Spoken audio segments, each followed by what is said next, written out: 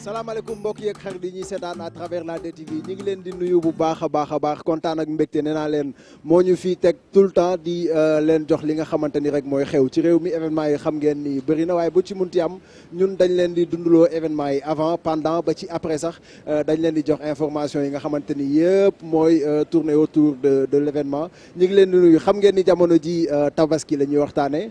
moo tax suñu équipe bu mbedd bi tey dafa doxantu ba ci zone A mbedd bi nag newoon nañ leen fépp la ñuy dugg duñu rek yem ci célébrité yu ni mel waaye lépp rek lu laal actualité ñun dañ ci dox bu baax a baax moo tax tey ñu ngi ci bergerie Galoya ku ne xam na ni mooy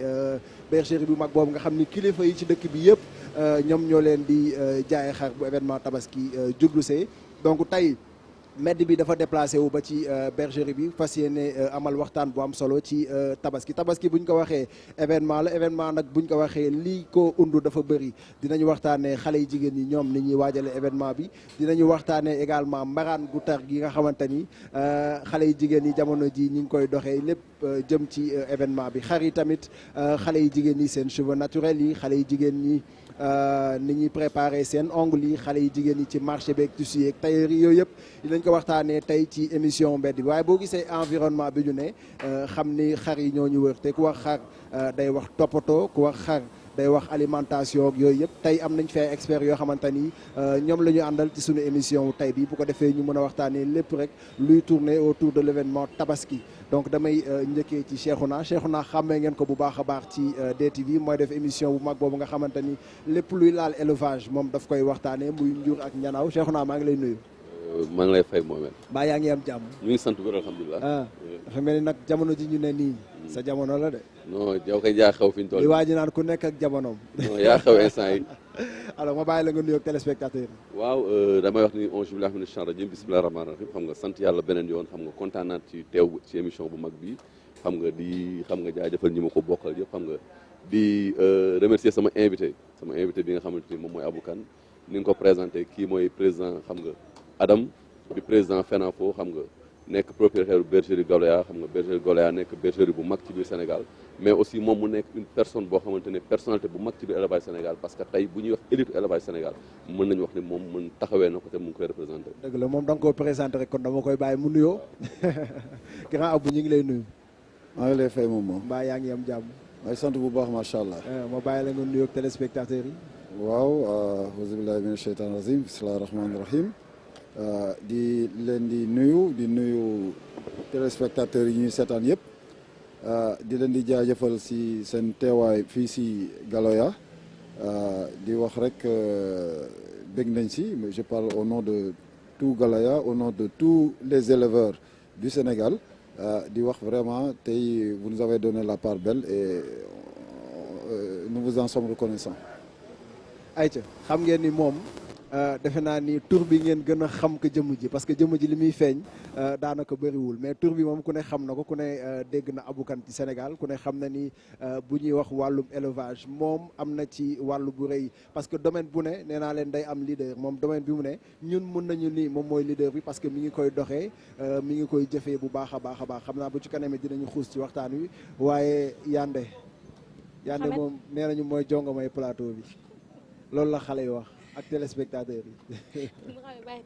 ci loo ne. maa ngi fi ça va. yëkkati ko tuuti ñu waxtaan. ça va ci loo nekk. yaa ngi am jàmm. ça va bien maa ngi lay nuyu. naka tabaski bi. yaa mu ngi nii rek. yaa ngi mbaraan wala mbaraan na ko. non Mouhamed mbaraan bi après naa la ci wax dara instant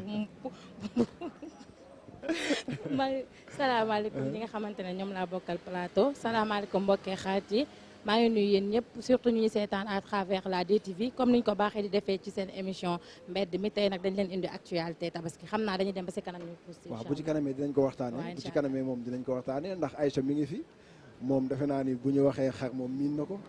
waaw gis nga Mouhamed maa ngi mais man nag li ma xaw a jaaxal mooy Brown ñoom ci ay break lañ leen a gën a xamee ay way ak yooyu mais ana Brown nag ay xar. xanaa xamoo ne xaalisu xar lañ ma ngénte.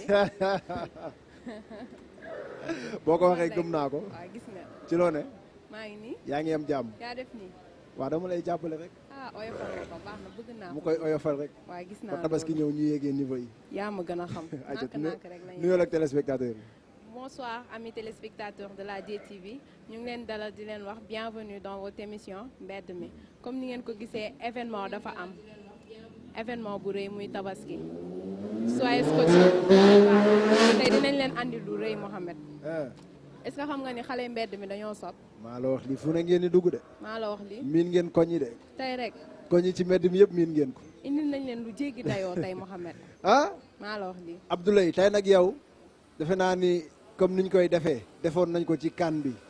mu neex lool ah tey ñu fas yéene ko waat defee ci mbedd bi ci waajtaayu tabaski bi lépp lu ñu waxtaanee tey yow defe naa ni da nga fee taxawee taxawaayu koo xam ni daf koy faram fàccee ah andi ci ab xelam comme ni koy noo koy faral di waxee ci olof. faram fàcce. da nga koy faram fàcce. nga ni ñi seen xel màcc ci kàllaamay Kocc Barma. te téléspectateurs yi ma yónnee parce que nee nañu Abdoulaye moom ni muy tasee olof bi ñoom looloo leen neex. waaw gis nga diñ koy faram fàccee daal ba ñu mën a xam kàllaama gi. dégg ko xam nga Sénégal comme yàlla dafa dogal ñu bëri wolof bi lañ gën a dégg. waaw day am solo ñu koy faram fàcce. maanaam gën ko leeral ba mu mën a àgg ci xelu askan wi daal ñu mën koo comprendre. dëgg la. voilà ayca téléspectateur yaa ngi noonu askan waa ngi noonu maa ngi lay jaajëfal di la fay nuyoo di nuyu tamit ñi ma bokkal jotaay bi di nuyu vraiment suñu invité Abou Kane di ko wax mu dal jàmm ci émission mbedd mi ni nga ko waxee sànq defoon nañ ko daaw fekkee de woon dañuy baaxantal ndax def nañ ko ci kaan bi defaat ko te yàlla dogal ñu nekk ci contexte boo xamante ni ci waajal tabaski bi la donc tey ñu ngi fii dawal bànqaas yi mbedd mi nag comme mbedd mi la da ngeen riiru oto yeeg yëpp ak coow leeg xar yi mbee yaakaar naa ne incha allah lépp luñ fi rotal ci waxtaan rek ci wàllum tabaski beeg yu ni mel daañ ko faram fàcc ba askan bi nga xamante ni waxtu nekk duñu raté dara ci la DTV mën ci am luñ for mën ci am luñ xam askan wi fi mu ne nii yow la ñuy xaar de. waaw ñu ngi pare nañ Mohamed ñun toujours on est prêt. waaw c'est la DTV. oui la magie de la télé la magie de la télé effectivement donc mi ngi noonu Abdoulaye moom xamee ngeen ko bu baax a baax ci xibaar yi nga xamante ni à chaque fois bu 20h jotee moom daf leen koy jox ci kàllaamay olof parfois defe naa ni ci kàllaamay nasaraan itam daf ci ñëw waaye weetuñu suñu plateau parce que xam ngeen ni bu ñu nee géwélu Médina bu ñu nee wax dëgg yàlla ndaanaanu mbedd mi xel yëpp day dem ci Assane Bongo Assane waay. moomu maa lay siyaar. maa ngi lay delloo siyaar. di kontaan ci yow. di rafetlu plateau bi.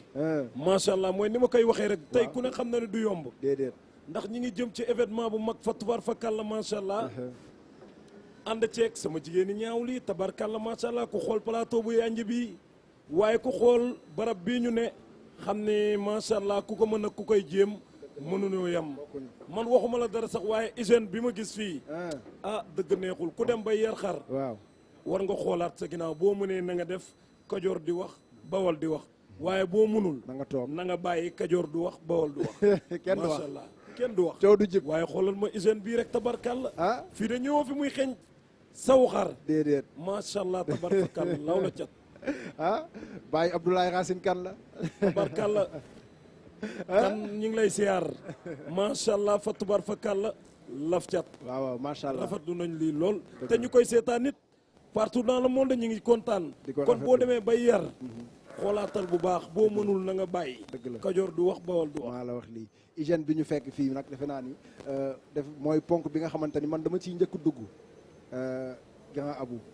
bi ñu ñëwee fekk nañu xar yi nekkee ci nekkin woo xamante ni vraiment ku ñëw di nga am envie jënd ku ñëw di nga am envie xool leen rek sax waxuma la ak jënd parce que toppatoo nañ leen te fi ñu nekk defe naa ni set na macha allah hygiène bi est-ce que yomb na. bon yomb na yombul. et puis c'est très important aussi. mais c'est important. dafa nekk si dans l'ordre normal des choses. parce que xar dafa doon loo xam ni c'est culturel au Sénégal dafa bokk si suñu culture. ni xaj wala muus nekkee des animaux de compagnie si tubaab yi ñun xar noonu la mel si ñun donc dès l'instant que dafa nekk loo xam ni daf ñuy côtoyer dañ ko bëgg ñun suñu setee xar yi dañu war a set donc moo tax côté boobu dañ koy sàmm bu baax a baax beneen aspect bi mooy c'est des animaux de valeur qu'il faut dañ ko war a valoriser bu baax te pour nga valoriser ko il faut xar bi lekk bu normal bu set il faut xar bi nekk ci environnement bu aéré bu lumineux bu baax nekk aussi ci environnement bu set pour que mu mun a am valeur bu mu war a am donc moo tax set boobu c'est une priorité maintenant par rapport ak opération tabaski bi ñuy def nii ak xar yi yax nii ñun dañu bëgg offrir à nos clients benn cadre bi nga xam ni client bi dina ñëw fii mun na jóge bureau sol cravate am wala sol mbasin am ñëw ba fii waxaale xar delluwaat bureau am te du xeeñ wala nit mun na ñëw fii waxaale xar ñibbi te su delloo këram jabaram du ko ne balaa ngay dugg si salle bi dugal si douche bi ba pare. dëgg la donc loolu moo tax ñun ñuy sàmm affaire boobu daal. dëgg la xale yaa ngi may xool ay bët yoo xam ne dañ naan mbaadu da nga bëgg kii lekk suñu lañ ci xaw ma nuñ koy waxee comprendre ma garaawul bu ci kanamee dinañ ñëwaat ci xar yi mais man damaa xaw a tiit rek ba ñoom duñu ma kii. non non ay attaque laay bañ fi ma toog. duñ la attaqué parce que miin nañu loxo miin nañu nit. au contraire su la bëggee jege c'est parce que dafa bëggoon nga caressé ko. ah grand tabaski baa ngi ñëw te tabaski bi sama anniversaire lay tombeel bëgg naa wax dëgg yàlla ma nekk en bonne santé loolu dinañ ci ñëw ci kanam parce que loolu aussi defe naa dafa bokk ci xar nee naa leen lépp lu ko wund rek dinañ ko waxtaanee ci kanam tuuti mais li ñu bokk ñun ñëpp mooy événement bi moom laa bëgg ñu ñëkk fa taxaw waxtaanee ko événement bi dafa nekk événement bu mag boo xam ne ñun jullit yëpp daf ñu concerné muy événement wu tabaski noo koy waajalee. kan man nu mu koy waajalee. waaw yow laa bu njëkk laaj noo koy waajalee. bon te xam nga li tax ma laaj la noo koy waajalee. xam nga ko. waaw mais xam nga pour man. waaw man jàpp naa ne Sénégal benn fête la am. muy tabaski fête bi gën a rëy ci Sénégal. tabaski la. mais tabaski dafa nekk au juste fête yi man pour man. xale yi ñoo ci ëpp solo. dëgg la xale yi ñun bu weesoo xar bi bu weesoo peut-être que temps bi dem ziyaare ji gisanteeg ñi nga xam te ne dañu jëri gisanteeg ñoom xam nga. aussi surtout xam nga dem ziyaare ci bàmmeel yi institut xam nga yooyu noonu yëpp tey man boog personnellement noonu laa koy dundee parce que man su ma reyee xar ba pare ba ñu lakk ma lekk fois ba pare après may ànd ak sama doom bu góor Ousmane ànd dem cimetière am naa sama benn grand frère boo xam ne Oumar man maa toog ci moom dem ziyaar ko defar bàmmeelam après dellu si ñëw kër ga xam nga sangu nelaw tuuti genre dafay demee noonu ba ngoon gi nga doog dem HLM dem ziyaare ji genre demee noonu mais xam nga tabaski dafa nekk fête bu mag fête boo xamante ni tey ñun Sénégal dafa am benn aspect maanaam aspect culturel la mais aspect religieux la mais aspect culturel la aussi mais tey suñu aar daf ci bokk tey jour tabaski xam nga def sañse xam nga partagé xam nga dem ziar et tout mais man dama bëgg fàttali Sénégalais rek que ni tabaski aussi fête bi xar bi la parce que tey xale jigéen ñi comme ni nga koy gisee tey ñoom ñëpp mën nañ tabaski mais ñoom ñëpp kenn du tabaski ñoom ñëpp dañ leen di tabaskee daanaka xale yu jigéen ñi waaw ndax lan nga wax ko loolu après dañ ñëw ci biir yi parce que xam naa ne thème boobu parce que tey soo xoolee xale jigéen li ñuy jënd ci tissu def ko ci cheveux def ko si lépp jënd na xar te tabaski farata bi xar bi la dëgg la ñu ko naan tey da nga gis xale boo xam te ni mën na def 200 000 francs ci yaramam te pourtant mënul jënd benn xaru 100 000 francs am yéene tabaski parce que jullit la yaa ngi ko même góor ñun daf ñuy dal da nga gis benn góor boo xamante ni mën na jënd 10 mètres jasner à 120 000 mètres 12 000 fay ñëw 55 000 60 000 muy presque 200 000 jënd benn mbarakis à 15 000 francs mu nekk 200 et quelques mille te mënul jënd xar à 150 000 wala 200 daan xar dafa cher te tabaski farata bi dëggantaan xar mi la waaw waaye set geeg sell bi tamit ci la bokk de waaw mais non ci la mais dama ne xam nga tey tabaski waaw loo set parce que pour man tey sarax bi nga xam te ni di doomu aadama daf koy jël di ko jox suñu borom nit ku suy jox dara suñu borom dafay xool li gën mu jox ko parce que tey boo xoolee xar boobu noonu li mu remplacé nit la remplacé mais lay des ci poosam lay des ci poosam bu Sénégal tabaski gars yi duñu desal dara boo jëndee tissu yi ak yooyu lay des ci poche bi xar ba nga koy jëndee man na tabaski di wala matu ko non xam nga tey man au juste su may wax parce que man je trouve exagéré ngay jënd xarum 200 000 300 000 alors que bu 100 000 bi sax tabaski na non man pour man waaw sama gëm-gëm man sama gis-gis sama gëm-gëm ci tabaski pour man suñu borom su la dénkee wërsëg bu mu dénkul sa morom waaw laaj la ci sa wërsëg nga war ko jox war Du nouveau à Exclave Télécom avec les décodeurs TNT. Deux nouveaux modèles d'antenne TNT de marque Televes. Antenne TNT Edge à 10 000 francs avec 10 dBi de gain. Antenne TNT V Zénith à 15 000 francs avec 15 dBi de gain. Fabriqué en aluminium inoxydable pour une longue durabilité et en plastique ABS. Une grande résistance face aux intempéries. Robuste et légère avec un gain de 10 à 15 dBi. Système de montage rapide et solide. Sous système de fixation fixation au mat fabriqué en Zamac apporte avec grande robustesse et stabilité face aux conditions climatiques défavorables. Conception et fabrication réalisées en Europe et soumises à de stricts contrôles de qualité. De plus, pour la réception UHF, elle intègre un système de filtre qui bloque les interférences sans perturber la pleine réception du signal. Avec les 2 nouveaux modèles d'antenne TNT de marque Televest, vivez encore et toujours le meilleur du numérique.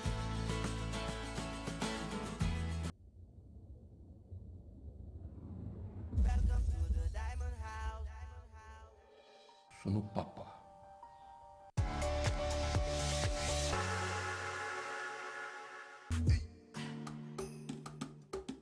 dañuy jaay xar yu ndaw mais ñiy jaay xar dañuy jël rakkal boole ko ak li nga xamante ne mooy laalo pour seen xar di ko jox xar yi ñu lekk pour seen xar yi gën a rëy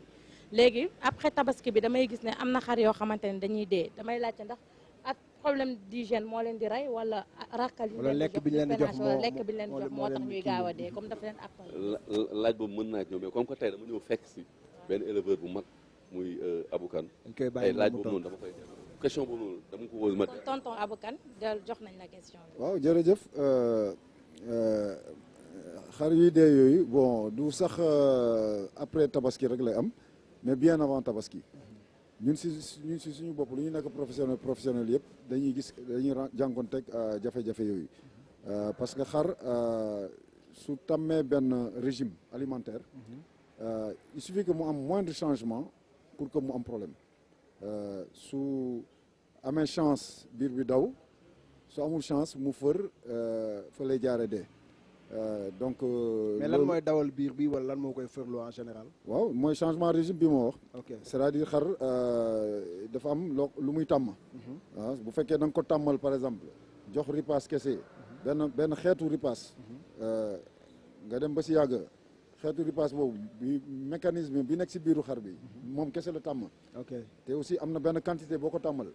nga xëy d'un seul coup sans transition ni rien nga ñëw changer ko. loolu day gàllankoor xar bi. day metti si moom. ba nga xam ni parfois dañuy naan day dem ba am lu ñuy naan acidose. day ëpp.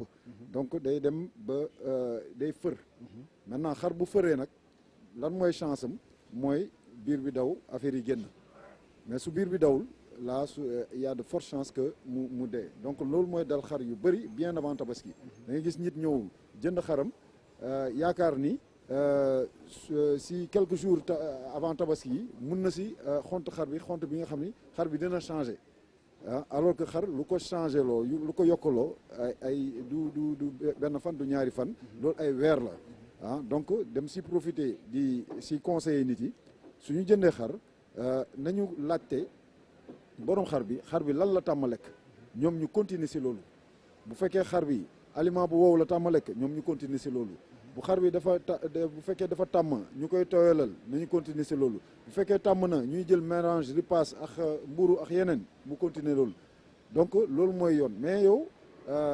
laajtewuloo xar bi lan la tàmm lekk nga xëy rek ne voilà xar bi il faut ma engraisse ko rapidement nga changer dem jënd mburu jël desitu ceeb jël leneen ak leneen boole ko jox ko xar bi mais xar bi automatiquement day fër. mais est-ce que du tamit loolu mooy waral souvent da ngay gis ku jënd xar mais daf koy préférer bàyyi ci daral bi ba tabaski jot mu doog koy jël si. waaw loolu su amee c'est plus intelligent. ok parce que soo ko bàyyee si daral bi xar bi ni mu tàmm moom noonu lay continuer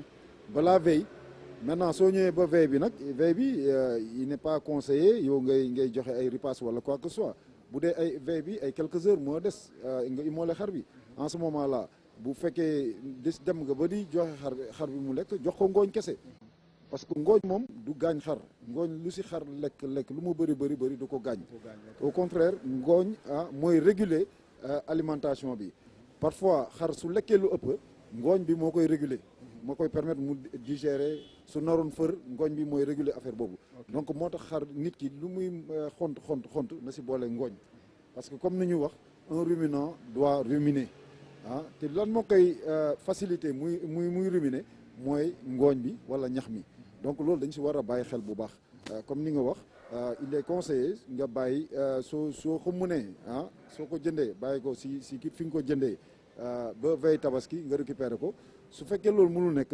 au moins sooy récupérer sa xar neel ki la jaay xar bi lan la tàmm lekk nga continuer si loolu sans pour autant nga def rupture ah soo demee ba nga xam ne nag yow fi ngay yóbbu xar bi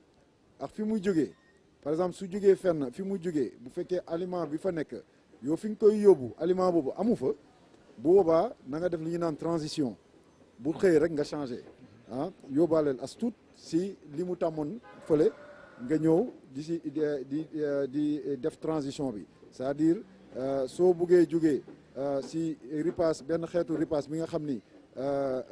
son de blé la ngay dem si beneen son ah bu boobaa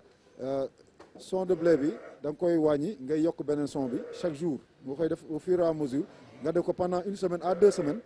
au fur et à mesure ngay wàññi fi nga jóge ngay yokk fi nga si son bi nga jëm ah loolu soo ko defee loolu mooy transition bi xar bi dina am un temps d'adaptation bu koy permettre dina mën a épouser aliment bu bees bi nga koy jox facilement de telle sorte que su naroon fër dootul fërati de telle sorte que aliment bu bees bi lu mu fort du ko gaañ parce que am na transition mais su transition amul mu am rupture brusque loolu mooy indi lu ñuy naan fër bi boobaa day rey xar bi facilement. j'espère que ni jot ngeen message bu baax a baax conseil de pro la nag parce que moom bëggoon naa sax mu wax leen ko yéen téléspectateurs yi mu wax ñu ñaata temps bi nga commencé yar xar ak léegi ñaata temps la def. bon man bi ma commencé yar xar dama juddu rek fekk sumay parents yi di yar. plus précisément suma yaay. te bi ñu nekkee xale ba màgg ñun ñooy toppatoo xar yi. lan moo nekk dimanche suñu programme lan la woon sang xar rek. donc ñoo doon may lekk ñoo doon bale box yi ñoo doon def lépp. ba tax na bi ñu demee ba màgg man par exemple suma premier revenu bi mu commencé liggéey si xar la jëm. lu ma njëkk a gagné si xar la jëm. bi ma demee ba commencé am as tuut ci la créé son bergerie d'une manière professionnelle en 99. Donc ça fait aujourd'hui 20 ans. Ça fait 20 ans que j'ai créé la bergerie Galoya. J'ai commencé à élever avant, mais la bergerie Galoya en tant que telle, du point de vue élevage professionnel, ça fait 20 ans bi mu ko commencé ak léegi. parce que li nga wax léegi foog nga yàgg ci pour nga maîtriser yooyu yëpp ñu bëri léegi dañuy tendance lañ ko jàppee dañuy gis ñii di yar xar ñee di yar xar ñoom ñu bëgg ci dugg.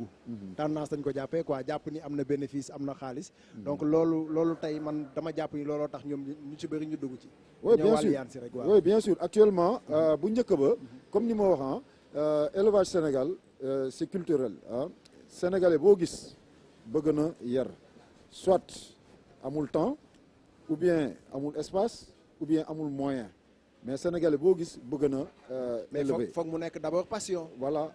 passion bi mu ngi fii c'est inné en nous mu ngi si suñu deret sénégalais boo gis am na passion si élevage mais maintenant mooy li ma la wax soit nit ki amul jot bi wala amul espace bi wala amul moyen bi mais bu fekkee am na yooyu dajaloo na dañuy élever. La preuve dans les quartiers les plus huppés au Sénégal da ngay dem fekk fa ay gétt. Sénégalais yi une maison sur 3 am na gétt. ba tax na tey jii bu njëkk ba ñu bëri passion lañ si duggee. man mi passion la duggee au départ. mais dama dem ba rendre compte que li ma liggéey feneen si élevage bi laa koy def ma ne autant pour ne pas jeter l'argent par la fenêtre naa professionnaliser affaire bi pour que li ma koy def ma rentabiliser ko donc ba tax na tey jii. élevage bi am na benn ampleur bi de telle sorte que ñu bëri gis nañ ni élevage bi nekk rentable na quoi ñu bëri nag léegi commencé nañ si dugg ndax xaalis léegi di nga gis ku jaay terrain am ay millions dem dugg si xar yi di nga gis koo xam ni day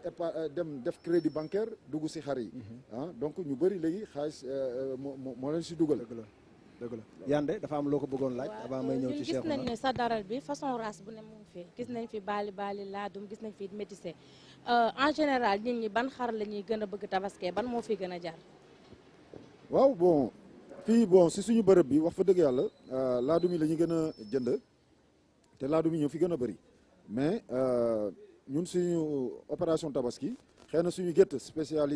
suñu spécialité laadum kese la si gétt yi parce que foofu reproduction la ñuy def. mais si opération tabaski bi quand même dañuy def laadum moo si gën a bëri mais dañuy def aussi demi-sang laadum Touabert demi-sang laadum Bali dañuy def sax ay Touabert donc fii lu ñuy def en quelque sorte xaru yer la maanaam lu ñu naan mouton de case si tubaab ah loolu la ñuy def donc ku ñëw fii li la intéressé surtout mooy na xar bi nekk xaru yar na doon xar boo xam dañ ko yar xar bu duuf la xar bu tendre la xar bu rafet la xar bu jekk la donc loolu moo gën a attiré nit ki bon maintenant su tasanteeg nag xar bi nekk race laadum aussi loolu c'est un plus. ok d'accord Aïcha am na yow loo bëgg laaj yow miin nga xar yi de ndax nee nga mu léegi xaalisu xar lañ la ngénte ah Mohamed maag yooyam millions yi ñuy dégg ci xar yi moo tax ñu bëgg cee dugg. maa la wax lii. waaw tonton Kane damay ñëwaat ci alimentation xar yi parce que gis nañ ni bu ñu reyee xar bi jouru tabaski gis nañ ni borom tension yi ci santé bi borom tension yi dañuy am problème ndax graisse bi am na ñu ma jot a approché nee nañ ma que xar yu bëri lu tax ñuy am graisse parce que carton lañ leen di dundal en fait dama jege ñaari éleveurs différents kenn ki nee na ma carton yi mooy andi graisse bi keneen ki nee na ma du carton bi kooku day wax lu ko neex léegi dama bëggoon nga leeralal ma ci côté boobu noonu. waaw nga départager leen. voilà bon graisse bi du ci carton yi ça n'a rien à voir parce que tey jii soo xoolee Sénégal xar yi di lekk carton ñoo gën a néew xar yi yu ko dul lekk engraissement bi ça dépend ci qualité alimentation bi engraissement bi faut le dépendre parce que xar bu engraissé wu lan mooy gën a engraissé xar yi alimentation bi nga xam ne dafa riche en protéines bi nga xam ne dafa riche ci en protéine mooy bu xam ne dafa am riche dafa am diw mooy lu mel ni rakal lu mel ni corail bi ba pare am énergie aussi lu mel ni céréales yi donc loolu mooy gën a gaaw engraissé du carton bi nit yi dañ koy def rek pour sakkanal mais carton bi amul effet trop si duufaay xar bi carton amul effet si duufaay xar bi au contraire je trouve que même c'est même dangereux parce que du loo xam ne lu naturel la carton du loo xam ne lu naturel la te jur loo ko jox nu mu gën a naturel moo gën baax si ñoom maintenant graisse bi la viande grasse loolu si xeetu jur gi la par exemple jur bu mel ni tout ce qui est ovin caprin lu mel ni xar lu mel ni bëy naturellement dafa gras xar ak bëy naturellement dafa gras donc yàppu nag c'est moins gras que yàppu xar yàppu nag c'est moins gras que yàppu xar yàppu ginaar aussi naka noonu moo tax ñuy conseiller souvent ñi nga xam ni dañu am cholestérol bu bëri nañu éviter yàppu xar nañu éviter yàppu bëy suñ ko mënee éviter moo gën mais suñ ko mënul éviter nag ñu wàññi ko ñuy mos rek nañu faratal ñu mos rek bu dee tabaski la tamit na nga si lekk d'une manière vraiment modérée parce que comme ni mu koy wax encore yàppu xar ak yàppu bëy naturellement dafa gras maintenant nag c'est vrai que xar bu la gën a engraissé wu ëpp la graisse mais naturellement yàppu xar ak yàppu bëy dafa gras maintenant yàpp bu duuf ute na encore yàpp bu nooy maanaam lu ñuy naan duufaay ak tendreté dafa wute xar bu tendre yàpp bu nooy xar bu la gën a nekk xale moo la gën a nooy yàpp nit yi parfois dañuy jaawatle affaire boobu ñoom pour ñoom yàpp bu neex mooy yàpp xar bu duuf bi c'est pas ça yàpp bu neex bi mooy yàpp xar bu tendre bi donc agneau bi donc xar bu la nekk gën a nekk xale gën la tendre maintenant xar mun na nekk agneau mu duuf xar mun na nekk tamit boo xam ni bu màgget aussi mu duuf mu bëri graisse donc est-ce que mënul am variation ci race yi parce que tey soo defee fii ci biir mbaar bi tey bi ñoo ñëwee tey dama fi ñëw fekk fi benn xar boo xam dañ ko croisé ñu croisé ko ak dóorpeur ak laadu mais xar bi tey soo ko xoolee tey soo xoolee dóorpeur yi qualité bi nga xam te ne moom lañ am ci yàpp ak qualité bi nga xam te ne moom la laadu am ci yàpp parce que yàpp aussi dafa am ay qualité comme mango rek mango ni mu amee qualité bi nga mën a waxee mango ne mango caas la xool beneen mango nekk kent la amul caas noonu la yàpp aussi bëri ay variété maa du suñu xar bi yaa ngi comprendre sa xar bi nga mariné te reyoo ko waaw moom la de yaa ngi comprendre te xar bi dañ ko gis que ni tey boo ko xoolee par rapport ak yeneen xar da nga gis ni y a une différence tey lan nga mën a wax par rapport ak loolu te tey aussi nga nekk njiitu ñaari association yoo xamante ni yëpp dañu jëm ci wàllu jur benn bi di Adam nga xamante ni alliance pour le développement des races tey lan nga mën a tey développement boobu développement race boobu tey ñu gis ci croisé ngeen benn xar mu am résultat uti ak suñu xar lan nga mën a par rapport ak loolu waaw li nga wax aussi lu am la parce que comme si nit yi am na ñoo xam ni nit yi soo xoolee si ñun nit yi dañu am na ñoo xam dañu am prédisposition à grossir très vite am na ñoo xam dañuy suñu lekkee tuuti sax dañuy grossir parce que si gènes yi la am na ñoo xam ne mën nañ lekk lu bëri te duñu gaaw a grossir loolu si ay prédisposition la xar yi aussi jur gi aussi noonu la mel c'est-à-dire race comme race yi nga wax yi y a des races yi nga xam ne spécifiques c'est des races bouchères race dorpeur bi nga wax nii par exemple bi nga wax nii dorpeur la dorpeur yi c'est des races bouchères dañ leen defal pour vraiment pour yàpp bu bëri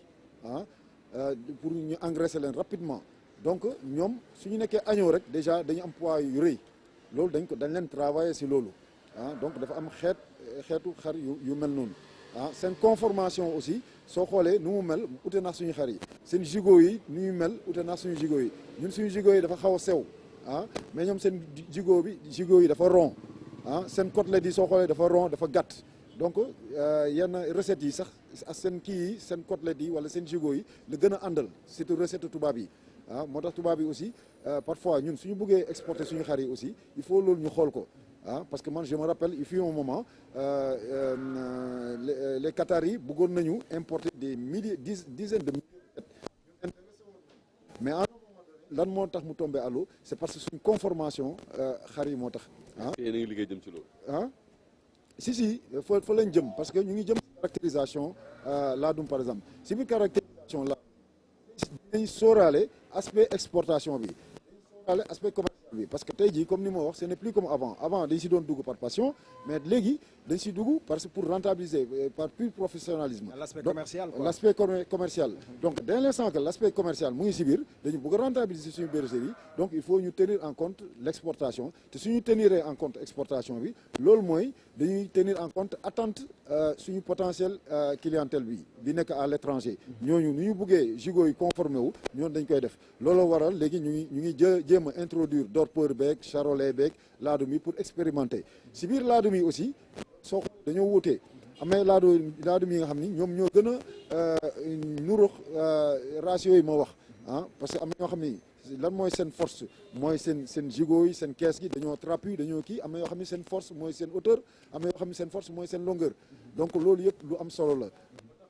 aussi effectivement si biir xeet yi am na xar yoo xam ni peut-être xeet yi nga xam ni ñoom ñoo ëpp graisse ak xeet yi nga xam ni peut-être ñoom ñoo ëpp yàpp ak xeet yi nga xam ni peut-être duñ siy bëri le mais toujours est-il que aussi alimentation def si am doole baax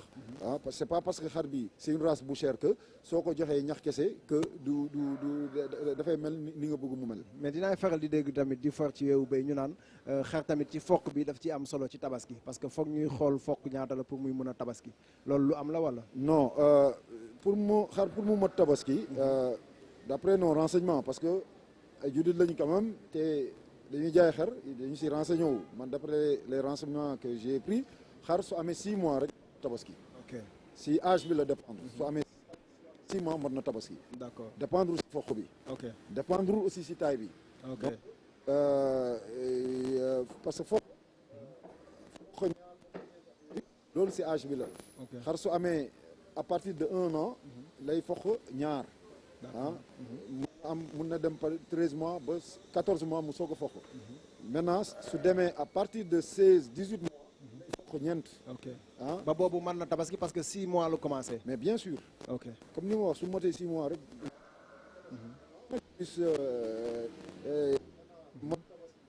dafa am ay critères. dafa am lu ñu taamu si tabaski. 6 mois mooy fokk ñaara bu delloo 6 mois. 6 mois xar mënul fokk. ok mais ba 6 mois xar suy fokk. à partir de 1 an la. ok nit ñu bëri nag dañuy juum si loolu am na ñoo xam dañuy yaakaar ni xar tant que fokkul matul tabaski. alors que loolu amul. donc 6 mois mën na tabaski. 6 mois mën na tabaski. d'accord Aïcha. tonton Kane damay ñëw si frais xar yi gis nañ ni xar yu yar yi frais yi ñuy def si ñoom bu ñu juddoo ba ni ñuy màggee est-ce que gisoo ni soo ko jaayee tabaski doo perte. waaw ça dépend rek ça dépend ak frais yi nu mu bindoo c'est vrai que en milieu urbain fi ñu nekk nii man dama koy wax souvent soo yeree sa xar pendant 1 an wala pendant 2 ans ba mu duuf nga jaay ko quel que soit le prix boo ko jaayee doo si génn peut-être avantage bi ngay am mooy xaalis bu dajaloo parce que man en partie suma li may jaay fii une bonne partie dama koy produire une autre partie damay dem feneen jënd ko pour mottali pour mun a satisfaire suma clientèle mais su may dem di jëndi par exemple ñenn ñi su ma jëndee seen xar mais da ngay gis benn xar bu ma jënd par exemple à 400 000 mais ce mouton là il règle toute une famille ah si 400 000 yooyu borom kër gi ci lay denc benn 100 000 bu muy jënd pour tabaski yeneen 300 000 si jox xale yi ñu xotti seen yére dina si jox xale yi ñu lettu dina si def yeneen ak yeneen ak yeneen ah donc un seul mouton peut régler le problème de la tabaski de toute une famille ah donc foofu la avantage bi nekk xaalis bu dajaloo bi la ah da nga c'est une manière quand même de thésauriser l'argent ah donc loolu mooy avantage bi mais bu en termes de bénéfice peut-être amul bénéfice maintenant mun na am bénéfice bu fekkee yow fexe nga ba coût yi nga amoindrir ko ah mooy lan par exemple ñi nga xam ni si dañu am tool par exemple di béy li seen jur war a lekk parce que tey jii ñun loolu la ñu war a évoluer ah ñu copier si français yi si brésilien ak ñeneen tey jii sàmmkat bi dafa war a béy lu juram di lekk parce que tant que defu ko c'est pas rentable soo ko defee nag ak ñax mi am na xeetu ñax yi nga xam ni xar bi su koy lekk soxlu sax ripaas soxlu leneen de telle sorte que xar bi mun na ñëw nekk si àll bi nga koy jox ñax mu nekk fa màgg ba am 1 an mu mat tabaski nga rendi ko te du la dikkee dara boobaa nag soo ko jaayee ça devient rentable. est-ce que nekkul ni état dafa fàtte éleveurs yi ci code pastoral bi parce que tey soo seetloo suufu Sénégal baykat yi dañ ci ëpp doole sàmmkat yi parce que tey soo xoolee sàmmkat yi ñoom ñooy parents pauvres suufu Sénégal. et puis pour loolu am sax foog mu am brassage entre yéen ak ñooñu aussi. mais bien sûr. parce que élevage soo seetloo lu koy dundal. les produits dérivés de l'agriculture. ñoom ñooy boo xoolee élevage daf ci am solo daf ci am wàllu bu am solo. dëgg la non élevage à agriculture benn mënul dem bàyyi fa sa morom parce que tey jii élevage agriculture moo koy dundal parce que lépp li éleveur bi di dundalee juróom si agriculture lay jógee agriculture bi aussi agriculteur bi tamit dafay soxla éleveur bi parce que moom lu muy produire tey jii ripaas bi tey jii y a une bonne partie bi nga xam ne ay céréales la ah lu si gën a bëri si ripaas bi tey jii son de blé la wala son de riz wala leneen donc lépp luy composé ripaas bi xar bi di lekk si mbay bi lay jógee ñax bi muy lekk tamit wala ngooñ bi aussi si mbay bi lay jógee donc les deux vont de pair la preuve fépp foo dem dans le monde ah éleveur bi agriculteur la en même temps maintenant ce qui se passe au Sénégal loolu du rek photo état bi la photo agriculteur bi la photo éleveur bi la parce que tey jii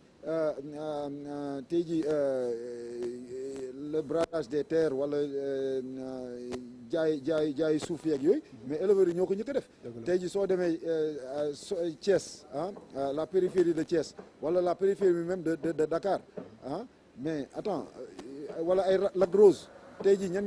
ñoo jaay terre yi suma mbokk pël yi la wala suma mbokk séeréer yi sàmmkat yi ñoo jël seen terre yi jaay ko ñeneen ñi ñëw def fa ay hôtel def fa ay kër donc tout le monde est responsable maintenant ce qu'il faut nag c'est de se professionnaliser nit yi fexe ba tool yi ñuy am tey jii élevage ay pâtural wax nga affaire code pastoral wala leneen mais élevage ou pâturage ak yooyu c'est révolu ay jàpp ay sa yet di dax nag yi ñu ngi dem di sàmm loolu c'est révolu tey jii dañu war a def l'élevage semi intensif wala l'élevage purement intensif mooy lan nga am ay terres yu bëri am ndox bu doy ngay béyal sa bopp say ñax sa xar yi di ñëw di dugg si say propre pâturage yi nga xam ne da nga yow yaa leen béyal sa bopp ñuy ñëw di si lekk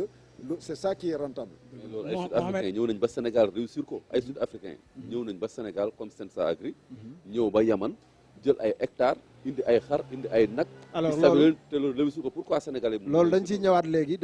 parce que am na élément boo xamante ni dañ ko def pour xar yi donc Aïcha moom duggoon na ci dëkk bi xool gars yi ni ñu toppatooyee jur gi te defe naa ni loolu am na solo bu baax a baax bu dee élément bi pare na mun nañu ko seetaanandoo ensemble. xar yi fi nekkagum si Dakar gisaguñu loo xam ne doy na population Dakar bi yëpp mais ñi nga am yaakaar na comme ni ko ministre bi waxee. macha allah xarit dinañ bari clients yi pour l'instant moom ñu ngi ñëw mais waxaale bi moo ëpp nag ay benn ñooy ñëw di waxaale nii mais koo si waxaa rek daanaan fin du mois ñenn ñi dañuy waxaale xaru 150 000 avant 50 000 di xaar weer bi te ñu jéem a complété jël seen xar. non mairie bi moom amuñu benn problème ak ñoom mairie bi kay dañoo jàppale sax ñoom instant fay ñu dara tout est gratuit ici fay ñu dara place yi ñu jox ñu ko nicement waaw amuñu benn problème. courant tamit non amuñu benn problème comme xeetu traitement yi ñuy def léegi c'est-à-dire nit ñi léegi ñu bëri dañuy piqûre seen xar yi di déparasiter di joxe ay vitamines mais bu njëkk ba yooyu yëpp amul woon te xar yi dañ daan tunkal parce que xar yi dañ leen di jox ñebbe day déparasiter ngooñ bi ñuy lekk rek dafay changer seen karaw mbokk yeeg yooyu noonu yëpp day déparasiter mais léegi gars yi dañuy utiliser yeneen moyens yoo xam c'est biologie moom la ñuy utiliser comme ay comprimés ay wadd pen ay comprimés yeneen comprimés yi y a aussi Oxjan yooyu yëpp dañ koy utiliser pour déparasiter xar bi mu gaaw. loolu ñun duñ ko def ñun ay xaru yar lañ yor loolu mooy ñi nga xam ne dañoo indi ay coggal bi ñoom ñooy sol seen xar yi xont ko def ci ndox def ci loolu jox leen ñun naan ba seen biir génn mais ñun ay xaru yar da ngay ñëw rek làmb xam ne lii ay xaru yar lañ yar leen takk leen ay collier boo jugee mën naa la woon fi ay kali xar yi ngay gis ci yëpp.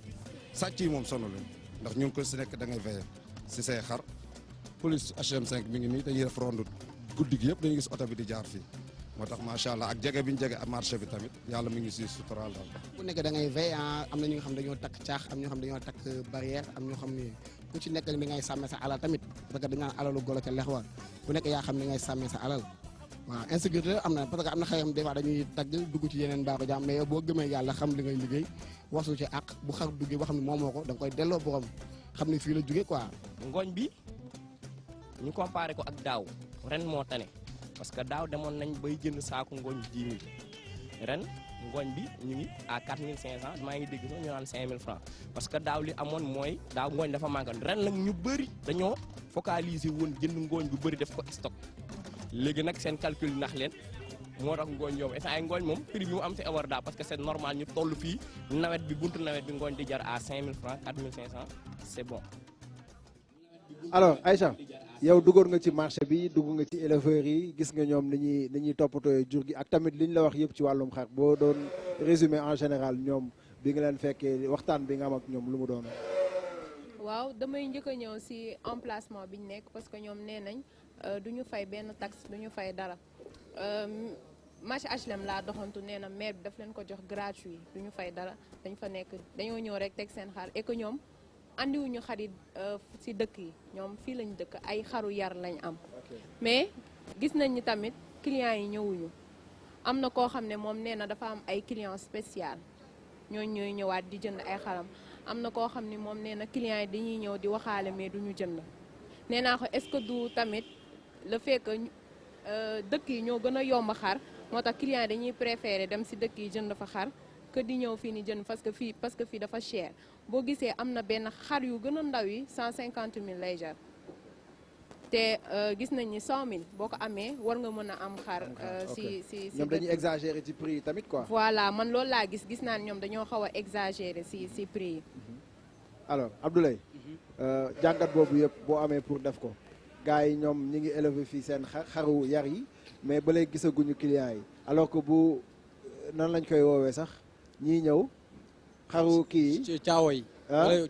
coggal yi waaw ñoom bu ñu ñëwee ñooy gën a jaay que ñi nga xamante ni dañuy yar fii au niveau de Dakar. c'est-à-dire que xaru yar à chaque fois moom mooy gën a cher ni ko professeur doyen waxee sànq mais ci côté élément bi d'après li ma ci noté comme information mooy que ñoom wax nañ ci wàllum emplacement bi maanaam lieu yi xam nga souvent bu dee ñi nga xamante dañuy jóge ci biti ñoom bu ñëwee soxlawuñ ay taxes soxlawuñ fe ñoom fuñ teg seen xar rek baax na boo leen di xool sax booy xool alentour yi ñi nekk ñoom fuñ taxaw rek baax na amul dara lu ko tiim contrairement ak par exemple doyen Kane mi nga xam ne dafa aménager benn espace foofu sax dinaa ci ñëw moom ci benn question c'est-à-dire moom ak collectivité bi comment ils travaillent ensemble sur ça mais ci côté xar yooyu li tax ñoom ñooy gën a jar la parce que ñoom amul dara luñ ciy perte parce que contrairement ak yi installé wu peut-être am taxe boo xamante ni collectivité bi municipalité bi mu nekk ci gox bi mi ngi ko koy laaj day am différence prix yi sax da ciy feeñ kenn nag moom lu mu jaayee baax na moom sa xaram aussi xont bi mooy ni ko professeur waxee dafa am ñoo xam ne si àll bi lañ dëkk seen i tool seen kër a ngi nii seen tool a ngi nii donc dafay tool yi dafa am lu ñuy wax mbooy maanaam mooy fi nga xam ne ñax rek moo fay nekk donc foofu xar ma fa lay dundee donc kooku moom génnewul xaalisam ci poosam pour moom jënd ripaas jënd ngooñ ci ñax mi lay sukkandiku xaram lekk ko tool baa ngi mbooy gaa ngi foofu lay lekkee donc de ce fait moom bu ñëwee ba Dakar moom amul lu muy perte fayul transport d'abord d'ailleurs ñu ci bëri sax bu ñu ñëw dañuy jiital seen xar yi loolu dafay rejoindre li grand Abou doon diñ koy jiital ñëw ba fii Dakar donc ñoom duñ ci am benn pertement beneen bi aussi mooy ci wàllum ngooñ bi ñu wax sànq ngooñ bi booy xoolee at yi passé yëpp doon na gën a cher parce que dafa amoon benn impact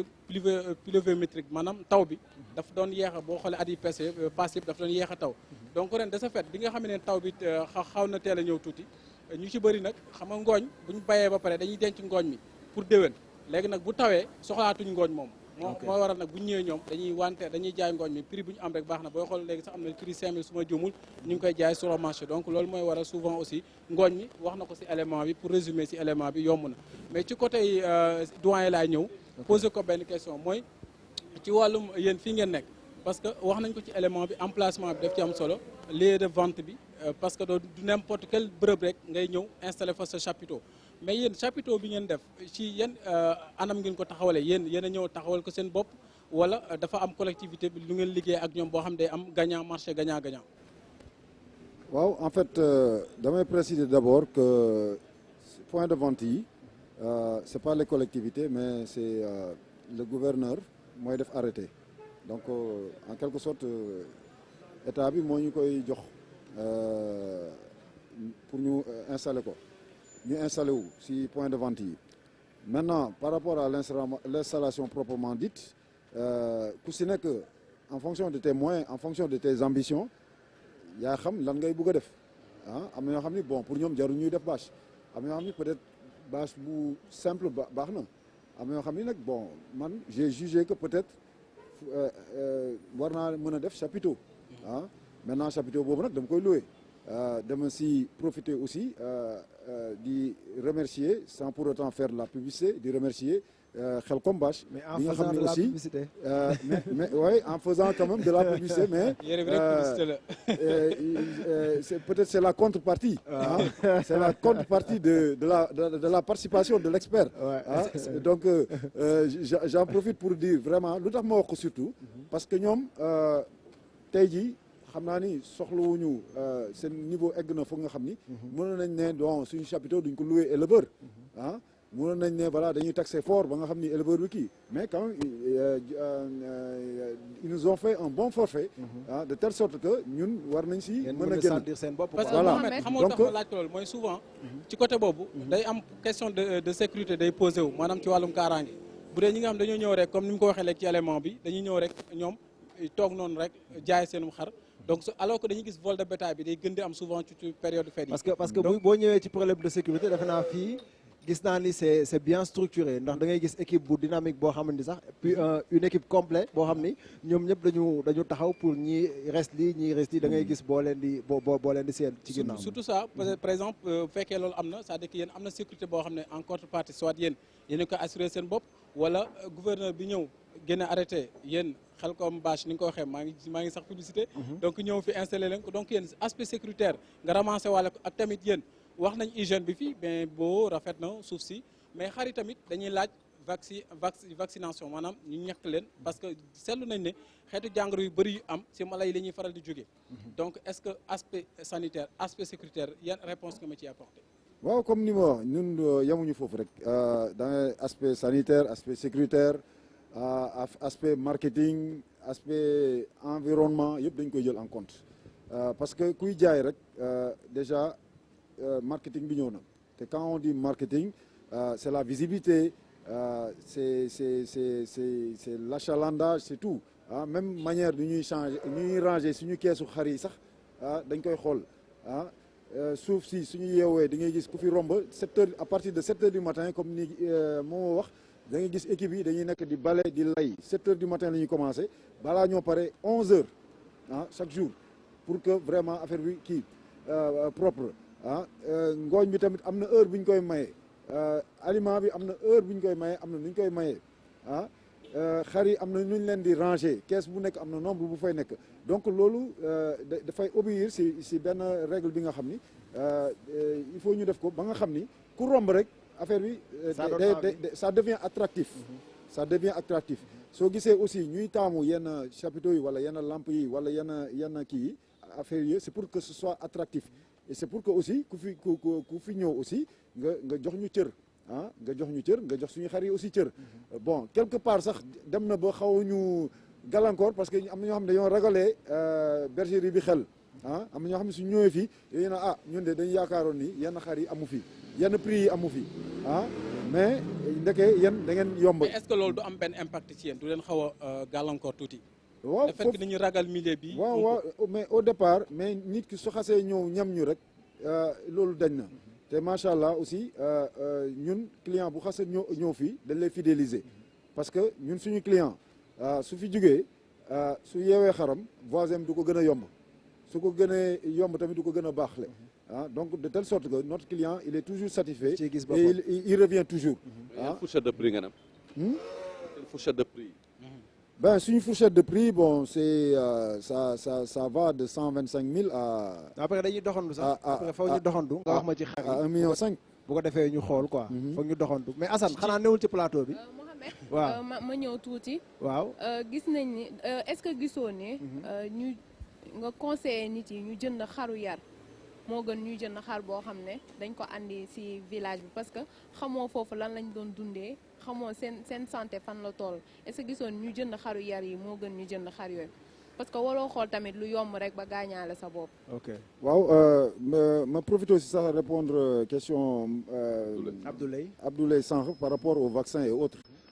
ñun une fois que ñu installé am na période bi nga xam ne du ñu vacciner ñun du période bii la ñuy vacciner suñuy vacciner annuellement lañ koy def.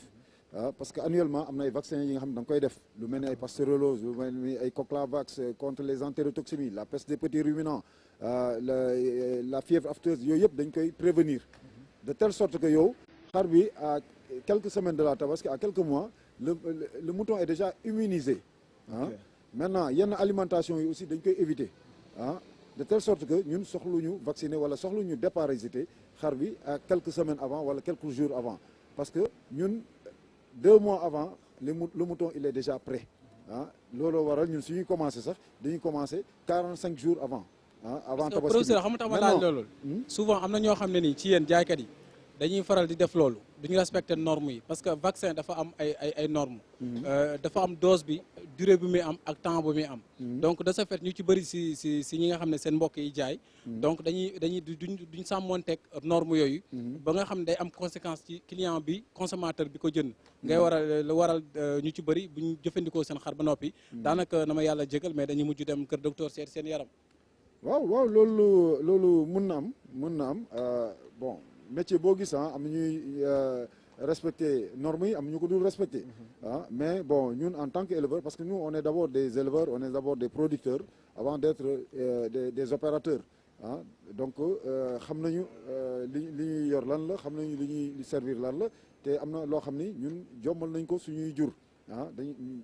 dañuy joxe exemple bi te ñu ngi ñaax ku nekk ku nekk ci milieu bi tamit def la même chose maintenant pour répondre à mademoiselle par rapport ak xaru yer xaru cogal foofu du ma am conseil bu may joxe parce que nit ku nekk yaa xam li nga mën parce que xaru cogal yi ñoo gën a xewale peut-être 80% ou 70% de la population moyen boobu la ñu am te gëm naa ni ku am moyen yow xaru yer moo la gënal même ñi nekk ci àll bi tey jii ku ci am moyen yow nga rendi xaru yer moo la gënal parce que ñëpp xam nañ ne xaru yer moo gën a duuf moo gën a nooy mais bon question de coût la question de coût la maintenant par rapport à ñàkk respecter norme wala loolu aajuwul si nga nekk élevage extensif maanaam kuy sàmm wala nga nekk élevage intensif maanaam kuy xont parce que ñii di xont am na ñuy respecter normes yi am na ñu dul respecter normes yi li nga gis koo xam ne à une semaine de la tabaski day duy xar bi ay vitamines ay def lu ko neex comme ni nga mënee gis aussi si coogal bi koo xam ni à une semaine de la tabaski il peut faire la même chose wala éviter yenn maladies yi parfois un mouton bi nga xam ne issu de l'élevage extensif mun na gën a sax wér xar bu nekk kii parce que bu dee xar boo xam ni ñax lay lekk ba normalement ñu koy déparasiter une fois par an di koy vacciner une fois par an comme contre certaines maladies comme yi ma wax sànq peste beeg pastorellose yeeg yooyu mais ce mouton là mais il est plus sain que le mouton de l'élevage intensif parce que kooku day lekk naturellement ñax rek lay lekk ba kii c'est à la rigueur c'est un mouton même qui produit de la viande bio parce que tey jii am na ñu koy def fii am ñoo xam ne tey jii am nañ seen ferme uniquement viande bio la ñuy def seen jur du lekk ripaas du rekk yenn yi ñoom ñooy béyal seen bopp gàncax bi seen jur di lekk donc loolu am na solo lu si des lii nag question de respecter la ñi respect norme bi nag quel que soit élevage modèle élevage bi ngay def am na ñu koy respecté am na ñu ko dul respecté. Assane yow bu la gënal xaru cogg bi wala xaru yar bi. ah moomoo tabarkàlla géer yi may àndal yëpp xaru yar yi la ñuy wër. ndeysaan sama joueurs yeeg ñi nekk niveau international. ku bëgg lu baax nag tabarkàlla te seetlu naa nag gis naa fi samay gars yi nekk fii Sénégal jamono jii. dañ koy waajal même bu ñu amul njëgu xaru yar dañ koy waajal teg fee seen benn pot di ca sànni. di ca sànni bu dañuy condamné. dañ koy condamné ndax ku bëgg lu baax tamit nag. faa mu jaral la doo toog ak Abdoulaye macha allah tabarkalla mu pare ko def noonu. kon yow it déwén da lay yee. ndax nga am lu baax ku ne bëgg nga yóbbu lu baax sa kër. dëgg la gars yi léegi nalawatuñ de. dëgg la yow xoolal xaru yar yi ñen ñoo koy jënd léegi. seetlul. sooy toog ak sa doomu ndey da ngay xëy suba gis ko mu wàccee lu baax. gaare taxeem te du gaare sax oto taxi lay jël. wàccee lu baax nga ne tourné xool ko tabarkàlla bëgg lu baax boo ko waajee man waxuma la dara sax mais fii mat laa sax mën nga ko fi lal bàyyee ko njorum sooma dee dal gis nga maa ngi teg lawal deuxième. waaw lii rek day wane ni fii am na hygiène. ataaya bi nga fi toggee di ñu ko jox ñun gisoo ñu fi koy ay consommé weñ gisoo fi day ay wane ni yoo am na hygiène. te tabarkàlla macha allah daal mooy na ma ko waxee rek. boo mënee na nga def. boo mënul Kajoor di wax Bawol di wax. boo mënul daal. toogat sa biir kër sa mbaar. Kajoor di nga jéem a góorgóorlu. yande waaw. waa Mouhamed sànq bi ma dégloo damaa dégg bi Aïcha demee ñii naan que xar ren jarul comme ni mu doon jaree te ma dégg nga ne yow léegi sa prix yi 25000 125 000 lay commencé ba 700 et quelques mille léegi bu fekkee yow prix yooyu nga jàpp ba ñu ne suba la tabaski ci guddi da ngay wanteel sa xar yi wala da ngay préféré jël ko nga yóbbuwaat sa kër. waaw bon en tout cas prix yi moom comme ni may wax du marché bi moo koy déterminer du ñun ñoo koy déterminer parce que man soo seetluwee am na sànq ku ma koy wax prix yi ñuy pratiquer fii daanaka depuis 4 ans 5 ans c'est le même prix man il y a 4 ans xar bi may jaay bi ma doon jaay 300 000 même xar bu toll noonu moom laay jaayee ren 300 000 xar bi ma doon jaayee 800 000 même xar boobu laay jaayee léegi 800 000 donc à la rigueur sax dama gis ni am na avant ni ñu amoon facilité sax pour jaay yenn xar yi prix cher sax tabaski léegi mu da gën a ñàkk yomba lu waral loolu nag peut-être offre bi l'offre est supérieure à la demande parce que léegi bu njëkk ba éleveurs yi soo doon dama koy faral di wax dimanche la ñuy toog ngay dem di visiter éleveurs yi mun nga toog benn dimanche matin nga visiter éleveurs région Dakar yëpp mais léegi mun nga toog dimanche de 8h à 20h munoo jeexal benn quartier donc ça veut dire que éleveurs yi dafa yokku te tey jii xar yi ni ñuy yokkee c'est d'une manière exponentielle xar yi dañoo bëri donc xaru yer yi tey jii ñoom ñoo demande offre bi c'est très très largement supérieur à la demande mais lu ñu ñaan yàlla mooy situation yooyu ba ñu si fekk c'est-à-dire toog ba veille du tabaski di bazarder sa xar parce que tey jii situation bi du toog ba veille bi nga wàññi prix bi mooy tax nga jaay li tax nga jaay mooy ni su amee 100 xar yu nekk si marché bi mu am 100 acheteurs mais s'il y a 100 moutons sur le marché et qu'il y a que 50 acheteurs suñ toogee veille tabaski même suñu jaayee xar yi 1000 francs dina am xar yu des parce que 50 yi suñu jëndee lu ñuy jënd forcément dina des 50. tonton Kane gis nañ ni fii xar yi da nga leen départagé lan moo tax nga teg xar yéene ber leen de côté ñii nga teg leen de côté yu mag yi yu yam yi yu yama mbaay wala waxoo loolu. waaw loolu yëpp pour faciliter la tâche au client la parce que ñun dañu bëgg client bu ñëw fii doo perdre de temps comme ni ma wax sànq mun nga jóge sa bureau ne xaaral ma dem Galoya jënd suma xar rapidement heure de pause nga ñëwaat toogaat sa bureau continuer sa liggéey donc loolu yëpp day faciliter daf ñuy faciliter la tâche day faciliter la tâche au client soo xoolee ñun dañ ko def de telle sorte que ay catégorie la soo ñëwee parfois da ngay gis client bu ñëw mu ne dama bëgg a xar nga ne ko yow lan mooy sa budget client bu ñëw wax na budget am à peu près intervalle bii ak bii la nga ne ko bon fii laa lay orienté léeg-léeg nga gis client bu ñëw ne xaru 200 000 laa bëgg ma ñëw orienté la ne la 200000 da ngay dem kees bi xar yi sëq kees bi ñoom xaru 200000 la boo si tànn 200000. mais son excellence moom bu ñëwee souvent fan lay dem ci 200000 yi 400000 yi fan lay dem. son excellence su ñëwee day waxaale de. mais Mohamed ci foofu sax dama cee bëgg a laaj benn laaj. parce que li Sénégalais yi bëgg xam mooy. yan relation nga am ak son excellence muy monsieur Macky Sall. ba at bu jot muy ñëw di fi jëndee xar. waaw man dama jàpp son excellence su fi ñëwee at bu nekk di jënd fii. dafa renouveler sa confiance. pas à la bergerie Galoya. mais sa confiance à tous les éleveurs du Sénégal. sa confiance aux éleveurs urbains, sa confiance aux jeunes éleveurs du Sénégal. Parce que man bu leen fàtte ni man comme ni ko Cheikh naa wax sànq leader la si élevage u laadum bi mais aussi leader la parce que président association la bu gën a mag si Sénégal président aussi fédération bi la de la filière ovine toute la filière ovine aussi bien l'élevage intensif qu'extensif aussi bien aussi que les caprins donc su président xëyee ñëw suma bergerie wala suma foray ñëw waxaale fa xar jënd loolu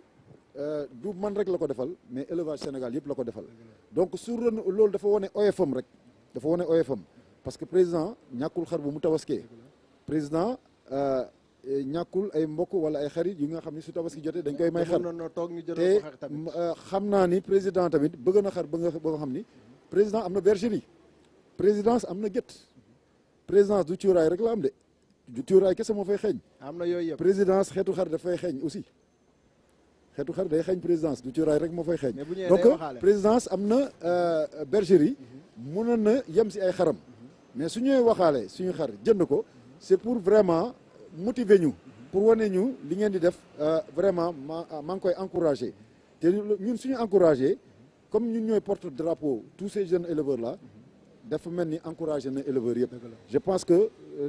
sens boobu la ñu ko war a gisee donc chaque fois su génnee doxantu dem si gétt yi di jënd c'est pour encourager les éleveurs loolu c'est beaucoup plus pour ça que pour ñëw rek jënd xaru Aboukan faire plaisir à Aboukan ak yooyu daal donc bokk aussi remercier si loolu au nom de tous les éleveurs du Sénégal au nom de tous les jeunes éleveurs urbains du Sénégal parce que su ma waxee loolu parce que soo xoolee élevage intensif boobu les moutons de case sont beaucoup plus développés dans les milieux urbains tey jii xar yi yooyu yëpp ñu ngi leen di produire dans les grandes villes à Dakar et banlieue soo xoolee Saint-Louis et banlieue Thiès et banlieue ainsi de suite voilà parce que fii tey jii si bergerie bi xar yi fi nekk du xaru Dakar kese xaru région de Dakar yëpp mu ngi fii xaru région du Sénégal yëpp mu ngi fii parce que man en plus de li may produire damay jënd xaru département région de Dakar yëpp waa Thiès damay jënd seen xar waa Kaolack damay jënd seen xar waa Touba dañuy indi fii seen xar Saint-Louis naka noonu ñoom ñu may dégg donc te yëpp yow yaay déplacé wu léeg-léeg ma déplacé wu léeg-léeg ñoom ñooy yenu indi ba fii donc comme ni may wax lii échantillonnage la rek si élevage du Sénégal yi. bon à savoir. Mohamed il faut ñu ma ñëwaat insister ci président bi. parce que son excellence président Macky Sall ni ko Mohamed waxee il m'a marché sur la langue loolu laa la bëggoon a laaj mooy fii lay jënee xar yàgg na lool mu ko fi jënee gis nañ 2013 am na waxaale bu amoon diggante 300 000 ak 10 000 la ba Aminata Mbengue Ndiaye ne bul jaas sa kaw sunu waa ji mais su ma déggee nga ne ma aussi yow aspect relation yi ngeen am c'est pour sigil élevage càmm gi dina ma jaaxal bu ma gisee nga sol casquette bu marron gis sol tuwe du beige mu mel ne aspect bi relation yi c'est purement am na ci politique. Pourtant non parce que man ku ma xam-xam ni du ma politique xëy na yow xamuloo mais ñi ma xam nañu man je suis apolitique. Maintenant casquette beige pantalon marron ñi ma xam man bi ma njëkkee commencé opération tabaski c'est en 2003 ku ma xam man ku xam Aboukan xam ne lii mooy tenue am lii c'est ma tenue moom laay sol depuis des années 90 ba tey jii. parce que est-ce que nekkul tamit ça peut être une. bi ma ñëwee sànq bi ma laajtee ana Aboukan dañ ma ni Cheikhouna daf ma ni ma xanaa séenoo ko casquette bu bees bi ci ginnaaw. moo tax ma ne est-ce que sax moom deful genre publicité wala ragal président peut-être changer endroit est-ce que deful ne bu xoolee couleur bi tuuti président ne ah sama waa ji kon kii kat et cetera mi ngi def promotion couleur parti bi marron beige. Non pourtant parce que man ragaluma président changer endroit parce que xam naa li motiver président pour mu ñëw jënd si te aussi comme ni ma wax di suma habitude vestimentaire la suma tenue la man j'aime bien ku ma xam depuis bi ma nekk lycée et tout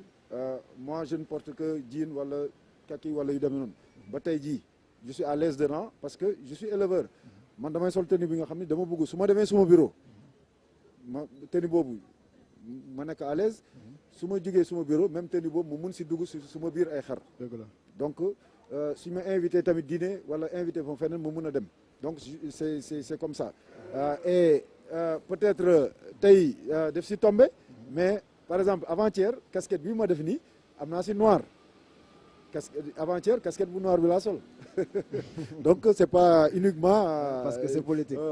tenue bi laay sol Cheikh na mais tey comme que dañuy waxtaane tabaski man dama am ñaari laaj benn bi mooy que dama gis ni que ni tey bergerie Galoya deful xaru tabaski kese parce que man gis naa fi ay xar gis naa fi ay saoudien peut-être que éleveurs yi déglu xam nañ kan mooy saoudien tey gis naa fi ay xar yoo xam ne duñu ay xaru tabaski gis naa fi ay jeu de mâle gis naa fi ay tëng ainsi de suite tey opération bi nekkul opération tabaski kese loolu benn aspect la beneen aspect bi mooy que tey ñu def constat que ni sénégalais yu bëri tey ak muy éleveur muy sénégalais yi ñu ci bëri comprendre ñu am na ay xeetu feebar ay xeetu jàngoro yoo xam ne dafay jóge ci nit di ko wàlli mala bi comme muy jóge ci mala bi di wàll nit ki te tey ñu jëm ci tabaski nga nekk président d'association di wax ci wàllu élevage tey est-ce que tey jotul tey ñu gën a ministère de l'élevage yooyu bu tabaski jot ñu gën a sensibiliser sénégalais ci naka sax la ñuy jëlee feeskat parce que tey feeskat mën na amee tuberculose parce que tey Sénégal da ngay gis benn waay boo xam dafay yeewu rek romb benn gain ne ko da ngay fees mën na ko am mën na ko ñaar mën na ko 5 minutes bi këram te fekk na mën na am tuberculose contaminé yàpp bi mu ñëw contaminé waa kër gi tey te yooyu yëpp dafay am ay feebar yoo xam dafay jóge ci xaritam wàllu yooyu est-ce que tey jotul yéen en tant que président de ak association yi ngeen di communiquer jëmale ci sens yooyu noonu ak sax bu ñuy waajee tabaski ñi nga xam ne ñooy nekk ci xar yi ngeen xool seen wërgu-yaram ndax tey amul ay jàngoro yoo xam ne mën nañu ko wàllu xar dem wàlla ko nit waaw bon en fait ñun suñu cëru effectivement mooy sensibiliser mais lu ëpp solo mooy joxe exemple bi parce que tey di effectivement ni nga wax ni quelqu'un qui est tuberculeux moom waxuma sax contaminé yàpp mais kooku koy nit yi lay gën a gaaw a contaminé balaa yàpp loolu kay contamination directe la du jaar sax yàpp bi c'est un détour parce que kooku ñi mu jege sax da leen di contaminer donc loolu c'est une question de santé publique du sax question d'élevage mais c'est une question de santé publique maintenant ñun li ñuy gën a sensibiliser nit yi mooy li ma wax sànq c'est-à-dire bu ñu bàyyi ba tabaski jege ñu naan dañuy vacciner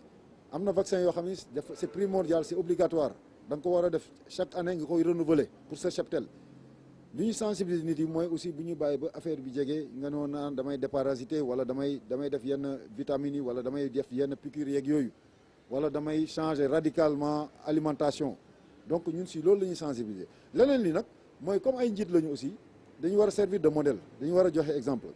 sànq wax ngeen ni fii dafa set fii rafet na yànj na et tout ça mais loolu yëpp joxe exemple la certes man dama koy def à but commercial mais man ku ma xam ni man noonu laay doxalee muy même suma association bu may jiite dama leen ne man chaque fois ce qui importe pour moi même tey jii suñu association bi ma jiite muy Adam tey jii salon de l'élevage bu ëpp solo waxuma sax ci Sénégal mais ci sous-région bi bu gën a mag ñun ñoo koy organiser mais man ku ma xam ni dama lay wax chaque fois salon bi man soxlawuma ci bénéfice lu ma soxla mooy qualité salon bi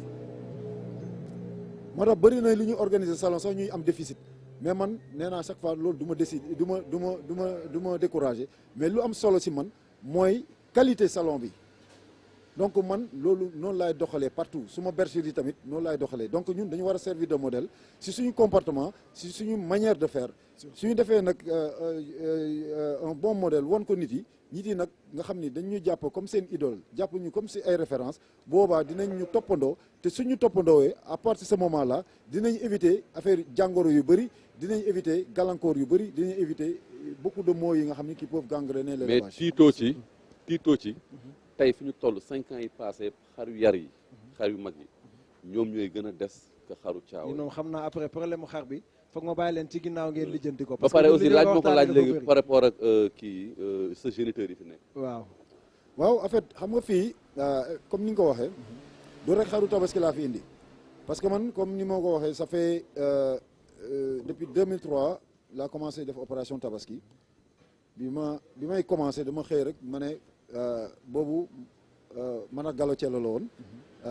loolu tax sax ñu bëri dañuy jaawale Galoya bi ak Gallo Cello ñu yëpp dañuy romb fii ne ma Gallo Cello qui est un ami qui est un frère un cousin dama ko ñëw ma ne ko Gallo ñun dañu war a def bâche parce que xar yi ñoo jaay seen bopp ci lañ ñëw bâche ma ne ko dañuy bàyyi dara lii dañuy dem dans les quartiers résidentiels parce que xar yi ñooy jaay seen bopp. dëgg la ci la ñu commencé ñëw deux voies amitié yi man fi ma ñëw fii tey jii avant amul woon bâche mais tey jii àll bi yëpp fii ba Karak dafa fees dell. loolu yëpp c'est parce que dañu joxe exemple bi. donc en fait l'idée c'est ça idée bi mooy ni tabaski su jotee nit da ngay def lu rafet attirer nit yi maintenant à force ñu koy def nit yi dañuy ñëw dafay mel ni foire dañuy ñëw di gis et là du coup ils ont envie d'élever nit yi dañuy gis xar yi nu mel rek am ñoo xam ne mosuñu xam ni xar yu mel ni am na si kër yi là automatiquement ils ont envie d'élever après dañuy ñëw ne la Aboukan nan laay def pour am xar yi nan la dem pour am façon xar yi ma ne nag comme noonu la dorénavant su may exposé xaru tabaski yi damay exposé waale ay xar yu jigéen damay exposé waale ay géniteurs de telle sorte que ki nga xam ne ñëw na il est impressionné par les moutons bëgg na élever am dinaa ko may possibilité mu ñëw fii jënd fi xar bu jigéen jënd fi xar bu góor pour commencer élevage am donc loolu moo ma inspiré ma en plus des moutons de tabaski ma fi indi ay géniteurs yi nga xam ni c'est purement pour les éleveurs. alors je vous rappelle que ni yéen a ngi seen émission mbedd bi donc tey waxtaanee wuñ rek xar yi parce que li ñu war a waxtaanee tey dafa bëri xale yi jigéen ñi nee naa leen mbaraan bi tey dañ ciy dugg bu baax a baax waaye tamit ni ñuy pare événement bi ba ci yëre yi ñuy sol tailleur yi seen maquillage yeeg yu ni mel yooyu yëpp dinañ ko waxtaanee ci kanam tuuti fii léegi may dugal page de pub bi Aïcha amoon na laaj bu mu bëggoon laaj Abou rapidement bu ko defee ñu parce que deuxième partie baa ngi ñuy xaar. Mohamed xam nga man ak yow temps yi dañoo bëgg dugg ci wàllum xar yi. waaw léegi dama bëggoon xam tonton Kane d'habitude. ab ñaata xar ngay andi ak bu tabaski jeexee ñaata ngay dese bénéfice bi ñaata lay doon. loolu moom wax ko dina jafe de. bu opération bi jotee ñaata ngay andi. bu jeexee ñaata ngay dese en fait loolu man en général bon. du ma wax exactement mais je sais que chaque année je dépasse peut-être les 500 moutons. da nga koy jaay. yi may exposé. te ñu ngi si sant yàlla bu baax. yàlla sutural nañu. macha allah même suñuy desal tamit bëriwul parce que bon aussi nit yi am nañ si ñun confiance. bergerie bi am na notoriété et puis comme ni ma wax aussi. ñun dañuy jaay qualité bu baax te aussi cheruñu. et puis il paraît que am nay xar yu bëri yu ñu fi exposé yoo xam ne jaay nañ leen ba pare de seen borom dañ leen fi bàyyi pour téye leen. waaw effectivement. loolu am na parce que une bonne partie de notre clientèle quand même suñuy jëndee fii lañ koy bàyyi. waaw loolu tax ñuy am ay annexes yu bëri yi nga xam ni bon annexes yi am na yoo xam ni uniquement pour garder les moutons vendus là. ok mais ñun li ñu bëggoon xam ñun ñëpp bala ñu lay libéré mooy ban prix nga mës a jaayee xar prix bu gën a cher ci li nga jaay xar yëpp foog nga wax ñu ko. xaru tabaski wala xaru yar rek laadum. bon ñaar yëpp boo ñu ko mënee jox boo ñu mënee jox xaru tabaski jox ñu xaru laadum yi ngay jaay. bon xaru tabaski je pense que xaru tabaski bu ma jaay bu gën a cher 3 millions la. 3 millions. maintenant xaru yar laadum géniteur bu gën a cher bu ma jaay c'est 26 millions. waxuma ko pour tiital nit yi waxuma ko pour. semé mais dama ko wax pour nit yi xam te dem si profito di si leeral nit yi parce que nit yi dañuy dégg ay millions yu nekk si laadum yi naan lii ay yàq la wala leneen la laadum su jaree ay millions yoon la parce que c'est de la semence xar laadum semence la du yàpp bi moo tax bu doon yàpp rek du jar ay millions mais semence la tey jii Brésil soo fa demee am na nag buy jar 5 millions de dollars nag bu jar 5 millions de dollars. Brésil 5 millions de dollars c'est 2 milliards 500. Au Brésil. nag boobu lu tax mu jar loolu semence la day produire ay embryons yooyu nag bi day def 100 000 embryons embryon bu nekk $50 la ça fait 5 millions de dollars l'année. donc ça se justifie. laadum bi tamit noonu la mel laadum bi day produire semence laadum bi dafa nekk jur bi nga xam ni nekk fii pour ñu koy rey ngénte wala quoi que ce soit mais dafa nekk fii pour améliorer beneen cheptel bi. Sénégal suñu problème élevage mooy race yu ñu am race locale yi ñu am muy Touabère di pël-pël di jàllonke bi dañoo tuuti parce que suñu waxee yàpp bu neex yàpp bu baax mooy yàpp agneau parce que les pays développés du ñu consommer xaru bu am ay 3 ans 4 ans agneau la ñuy consommer yàpp agneau nag ñun suñu agneau local je parle du mouton local mooy Touabère wala warale bi l'agneau local ne dépasse pas les 8 kilos soo ko feesee ak yëpp doo am plus de 8 kilos xam nga loolu dafa tuuti te loolu mënuñu si am autosuffisance mais loolu nag tey jii dañuy soxla ñu améliorer ko donc amélioration génétique volet bu am solo la pour atteindre l'autosuffisance amélioration génétique boobu nag si laadum bi lay jar parce que laadum bi dafa nekk sujet exceptionnel bi nga xam ne éleveurs yi dañ ko créer dem ba créer am si ay poids yi nga xam ne amul sax ay Europe wala feneen parce que tey jii am nañu plus de 175 kilos loolu du ay caaxaan donc laadum boobu dañ ko war a jël comme semence pour améliorer ko pël-pël bi pour améliorer ko jàllonko bi pour améliorer ko warale bi de telle sorte que ñu mën a fi ñu doon produire 10 kilos de viande ñu produire 20 kilos de viande loolu dina éviter xar yu jigéen yi nga xam ni dañ leen di rendi parce que tey jii soo demee si abattoir yi wala nga dem si dibiteri yi ay xar yu jigéen rek la ñuy rendi yenn yu si gën a bëri dañ leen di rendi fekk ay fœtus si biir ay doom seen biir donc loolu yëpp day indi ay problème donc laadum bi loolu mooy njëriñam maintenant leneen li aussi mooy du laadum yëpp ñoo jar million am na laadum bu jar 30 millions am na laadum bu jar 10 millions am na laadum bu jar 500 000 mais tamit am na laadum bu jar 200 000 man tey jii su ma daral bi fii am naa fi ay laadum yi nga xam ne 200 000 la ñuy jar laadum ay catégorie la d'accord maintenant am na catégorie bi nga xam ne c'est la crème du laadum moo gën a cher moom mooy jar yenn millions yi ngeen dégg mais cette catégorie là ne représente même pas 5% du cheptel laadum laadum yu cher yi nga xam ne yi ngeen di dégg ñooy jar 10 millions 15 millions soo doon xool laadum yëpp matul 5%. loolu mooy nax ñu bëri looloo tax ñu bëri sax suñuy duggee si laadum yi dañuy jël jaay seen kër wala def crédit bancaire dugg si laadum même pas 1 an ñu fayit parce que dañuy ñëw ñu ne laadum la rek jënd laadum bu yomb investir après doo jaay. C'est bon à savoir. donc c'est ça aussi c'est important à signaler laadum yi loolu mooy justifier yenn prix yi parce que c'est de la semence. semence bu la gën a baax nag gën la cher ah tey jii laadum yi nga xam ni dañ leen évaluer ñu dem si concours yi di gagner am def ay record si côté poids yeeg yooyu yëpp laadum yooyu nga xam ni dañ leen di compter du bout des doigts ah. suñu nee par exemple il y a 1 million de laadum yooyu par du bout des doigts lañ leen di compter mais laadum yooyu c'est tout à fait normal que ñu cher. voilà mi ngi noonu c'est très important et puis c'est bon à savoir aussi suñu mbokku éleveurs yi nga xamante ni jamono ji ñi ngi toog di seetaan mbedd bi xam naa ni et que jàpp naa ni retenir ngeen ay leçons tey ci grand Aboukan donc loolu tey moo ko fi andi woon pour ñu waxtaanee xar gi neewoon naa leen jur gi tey dañ ci ànd ak ñoo xamante ni ay experts lañu ci wàllu woowee grand dañ lay libérer parce que xam nañu liggéey baa ngi lay xaar. merci beaucoup ci accueil bi ñu defal fii ci enceinte bi et puis nag dinaan la tabaski jàmm rek yàlla na gars yi gën a ñëw xar yëpp jar incha allah amiin mais jaajëf mais ma leen di remercier encore une fois au nom de tous les éleveurs parce que lii li ngeen def nii élevage ngeen ko defal dëgg la parce que ñu bëri ñu ngi def seen émission mais dem si daral yi braver xeet yi entre guillemets suñ cuuraay bi loolu c'est pas évident et vous l'avez fait vraiment chapeau à DTV merci beaucoup yëpp day wane ni seen professionnalisme waxuma ko pour mu neex leen mais man damay gis ni yéen da ngeen di innover man souvent loolu laay wax quand on organise quelque chose sénégalais dañu mën a toppandoo c'est-à-dire kii def na lii damay def la même chose mais yéen gis naan da ngeen di innover seen i plateau day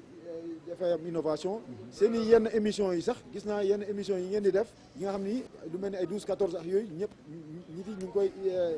ay télé yu mag par exemple léegi ñu koy ay TMTC voilà ils font le buzz TMTC yooyu yëpp donc c'est affaire yi nga xam ni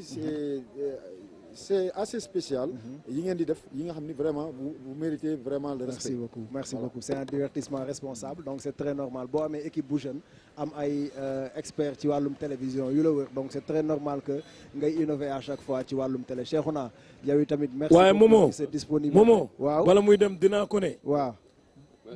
buum laa am waaye amaguma xar man Assane gi waaw mun nga toog comme ça ngeen jugandoo waaw Momo dinaa ko ne buum laa am amaguma xar moom kay xam nga lu ñu koy wax bu bañ a sori billaay ndax buum bu mag moom am naa ko waaye amagoo xar sax buum bu mën a yeewu aja Cheikhouna merci beaucoup yow moom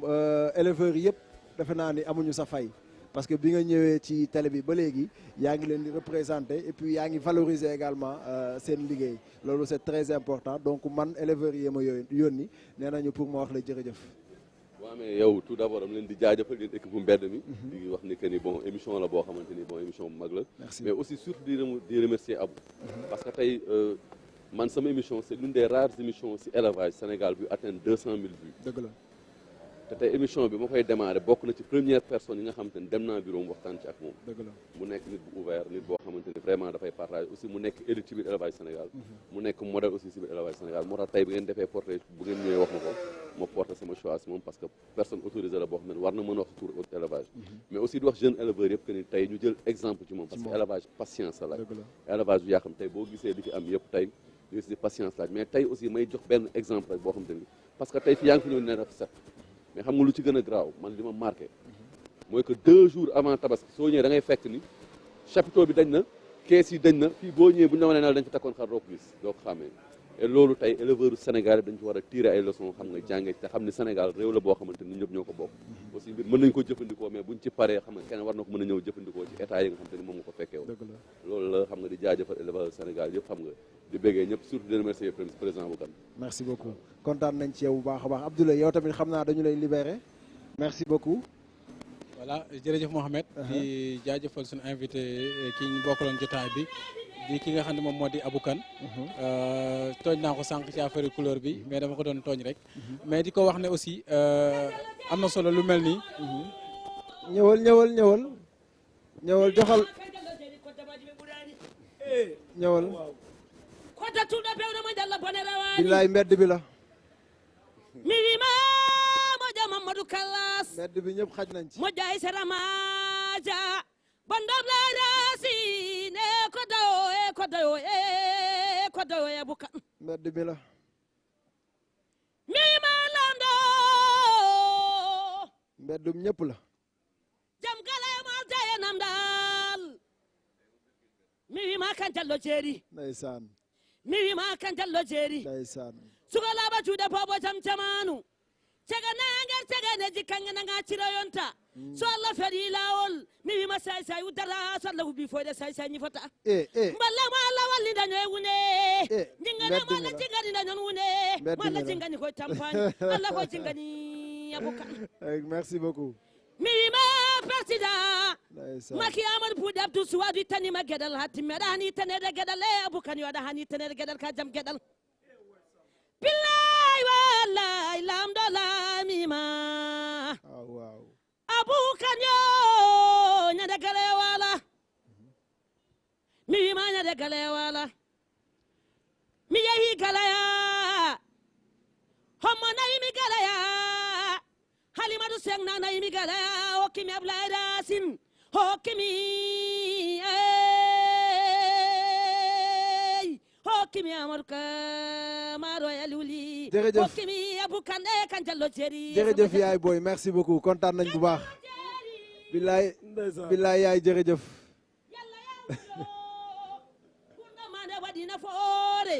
gunda mande waɗina foode kodda yalla acca yalla hawa yalla sala kodda mi wima bando Ablaye Racine Abou fi mu ne nii yaa ngi ci mën a dimbali boo ko libéré wul du dem e kan jallo o ko yaa ngi ci mën a dimbali boo libéré wul du dem yaa ngi ci dimbali rek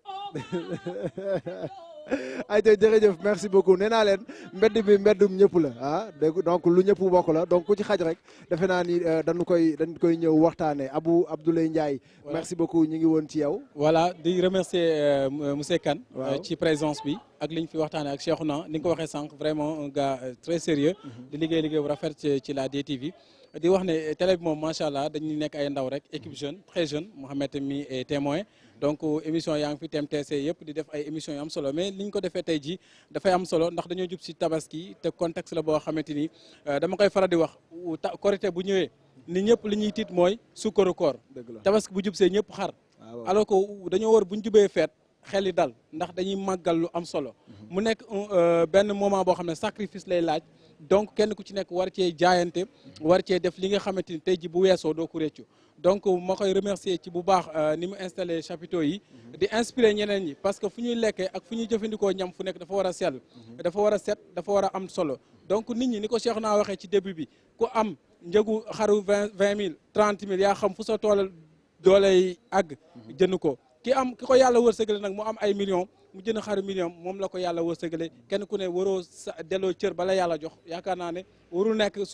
benn problème boo xam ne war na posé wu ba nit ñi naan peut-être kii lii la jënd kii la jënd kenn ku ne lam jënd xëy na noonu la dooleem toll ñu bàyyi xel ne tabaski nañu xam ne sacrifice la baalonte àq la jàmm la lépp la kon daal ñi ngi jégalu ñëpp parce que xar dafa amoon atum 2013 manqué woon na fi 2015 ba ren ji macha allah ministère bi def na ci liggéey bu am solo 750 000 xar wàcc nañu Sénégal yu jógee ci bitim réew ndax taxi ñu dindi waaye 260 000 ñu ngi Dakar donc je pense que xar nit ñi dañ daan jooy xar mais xar moom mi ngi fi macha allah. Abdoulaye mais kon ne ku ci nekk ak loolu yëpp journal ko journal loolu yëpp. waaye Mouhamed lañu rek journal loolu yëpp parce que. Cheikh Tidiane ba may ñëw. tey dafa am lu may yóbbante. bi ma ko waxee émission bi. yow loolu doo ko wax ak Séeri Miss Ndoye kooku dama koy wax. balay abu di dem. waaw nga ni ko Cheikh Tidiane ba mu ni la lan. mu ne ma boo demee xoolal xar mu la saf. waaw dimanche. ñu ànd sama oto ma defal la ko na ma ko defee daaw. fay ko xoolal wala xool leen. mu ne ma xoolal. waaye it yow it su ma xoolee nga xool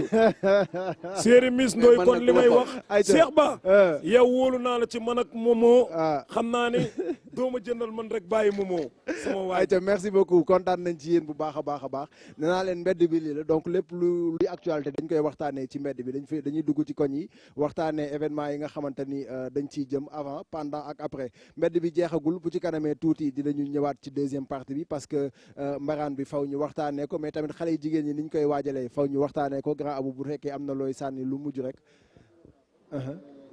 bañ a intervenir. Par rapport à cette belle surprise que nous a faite cette bonne dame là à la voix d'or qui est Penda Boudal Sarr bi nga xam ne artiste bu mag a mag la. dëgg la su fekkee yéen sax rapport yi xam ngeen ko moom def na duo bu mag ak